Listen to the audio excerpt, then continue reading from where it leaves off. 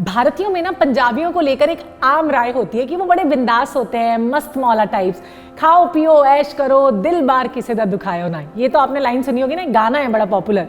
और मतलब कभी भी कोई फनी सिचुएशन होती है ना तो पंजाबियों का नाम सबसे पहले आता है। जब आप किसी पंजाबी से मिलते हो तो आपको वो अपनेपन वाली फीलिंग आती है ना, बिल्कुल वैसे ही।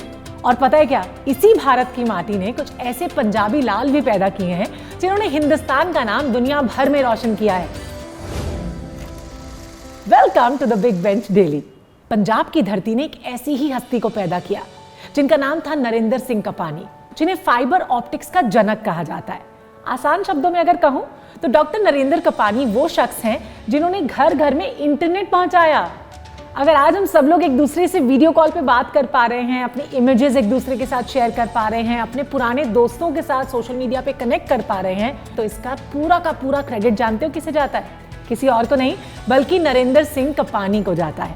तेजी से तरक्की कर रही दुनिया में आर्टिफिशियल इंटेलिजेंस का आना और तो और चैट जीपीटी जैसी तकनीक का अगर हम इस्तेमाल कर पा रहे हैं तो इसका श्रेय भी नरेंद्र सिंह कपानी को ही जाता है। ऑल्दो वी ऑल नो कि कंप्यूटर से जुड़ी ज्यादातर चीजों की खोज विदेश में हुई है, लेकिन बहुत कम लोगों को यह पता है कि फाइबर ऑप्टिक्स शब्द गढ़ने वाले नरेंद्र सिंह कपानी थे। वो भारत में पैदा हुए और शुरुआत की पढ़ाई भी उन्होंने यहीं से की। नरेंद्र सिंह कपानी एक ऐसे गुमनाम हीरो थे जिन्होंने दुनिया भर के अरबों लोगों के जीवन को आसान बना दिया। अब यहाँ पर एक पॉइंट ये भी हो सकता है कि जिस फाइबर ऑप्टिक्स के फादर की हम बात कर रहे हैं, उस फाइबर ऑप्टिक्स का इस्तेमाल कैसे होता है। तो कैसे इसे इस्तेमाल करते हैं, let me tell you. Fibre optics से इंटरनेट और ब्रॉडबैंड चलता है। इससे टेलीकम्युनिकेशन यानी कि मोबाइल फोन जिस पर हम बात करते हैं आपस में एक दूसरे के साथ, cable TV, data centre, medical imaging, ये सब चलते हैं। सुरक्षा और निगरानी में भी इसका अहम रोल होता है।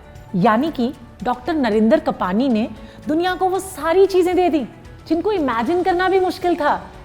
नरेंद्र कपानी पंजाब के मोगा में 31 अक्टूबर 1926 को पैदा हुए थे। उनके पिता सरकारी नौकरी करते थे और उनके पिता का जब ट्रांसफर हुआ अपनी नौकरी की वजह से मोगा से देहरादून, तो कपानी देहरादून आ गए। अक्सर ऐसा भी कहा जाता है कि देहरादून में पढ़ाई के दौरान ना कपानी ने अपने टीचर से एक सवाल किया एक दिन। वो ये कि वो अचानक से उठे, उन्होंने पूछा, सर क्या हम बिजली की रोशनी को किसी पाइप की तरह मोड़ सकते हैं?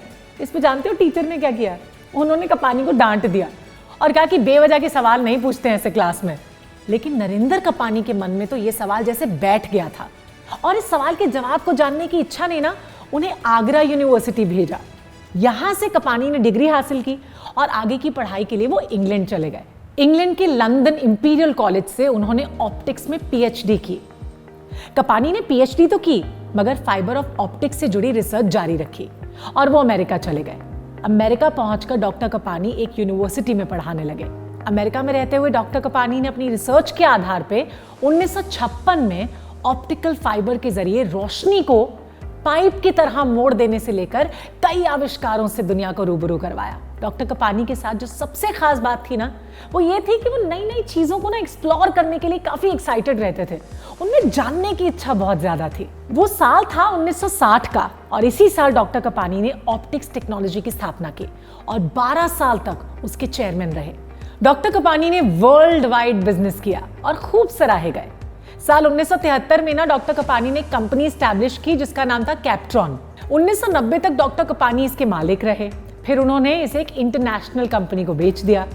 मतलब ओवरऑल कहने का मतलब ये है मेरा कि डॉक्टर कपानी एक ऐसे शख्स थे जो मल्टी टैलेंटेड थे, वर्सेटाइल, कुछ भी करते थे उसमें सक्सेस मिल जाता था। वो साइंटिस्ट भी थे, वो शिक्षक भी थे, वो बिजनेसमैन भी थे, प्रकाशक भी थे, एक अच्छे मैनेजर भी थे और बहुत शानदार राइटर भी थे।